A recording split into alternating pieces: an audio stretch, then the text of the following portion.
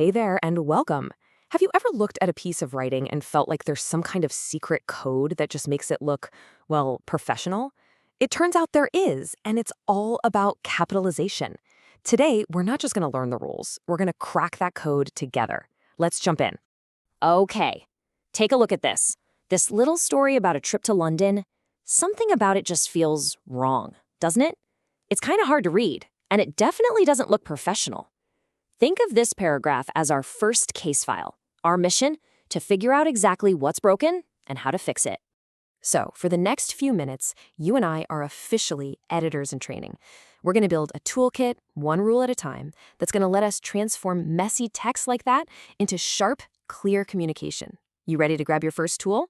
All right, first things first. Every great editor has to master the basics. These are the foundational rules, really the bedrock of good capitalization that you're going to use pretty much every single day. The master key to almost all of this is something called a proper noun. And it's a simple idea. If you're talking about a specific official name for something, it gets a capital letter.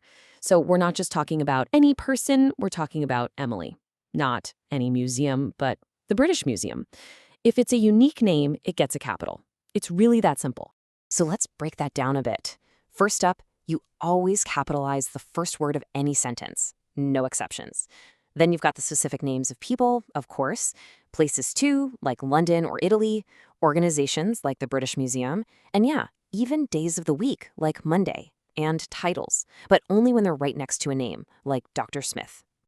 Okay, time to put that first tool to the test.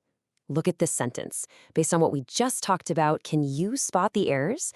We've got a name, a super famous landmark, a city, a country, and they're all missing that special something. And there it is.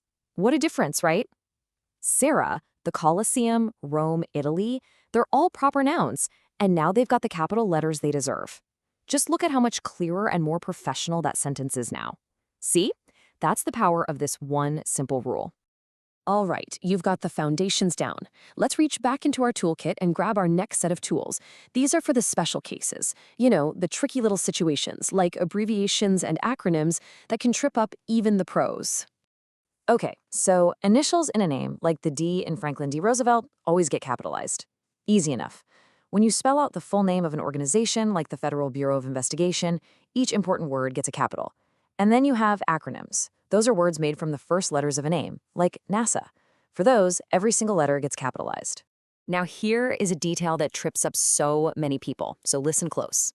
When you're abbreviating part of an address, like Saint for street or Beloved for boulevard, you only capitalize the first letter. But, and this is the key, when you abbreviate a state like CA for California, you have to capitalize both letters. It's a small detail, I know, but getting it right is a huge sign of a skilled editor. All right, pop quiz number 2. You're editing this sentence. Your editor eyes should go right to that little 2-letter word at the very end. Tell me, what's wrong with this picture? Boom, there's the fix. MA is the abbreviation for a state, Massachusetts. So both of those letters need to be big and capitalized. See how that works? Once you know the rule, the error just practically jumps off the page at you. Okay, we've done it. We've built our toolkit.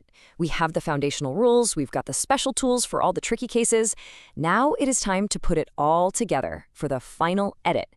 This is where you get to prove your new skills. So, what do you think? Are you ready to put on that editor's hat for real? It's time to tackle one last paragraph and make it absolutely perfect. This is it, your final challenge.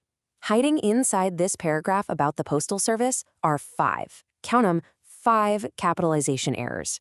So go ahead and pause right here, read it carefully, use all the tools we just talked about, and see if you can hunt down all 5. We'll go over the answers as soon as you get back. Good luck. And we're back. How'd you do? Let's check the answers. First up, the Second Continental Congress and the United States Postal Service are both official names of organizations, so each word gets a capital. Next, Cal is a state, California, so that becomes CA with both letters capitalized. Then Beloved is a street abbreviation, so that's a capital B. And finally, Megan J. Brennan is a person's name with an initial, so the M, the J, and the B all need to be capitalized. If you got all 5, fantastic work. You see, in the end, capitalization isn't just about a bunch of random, picky rules.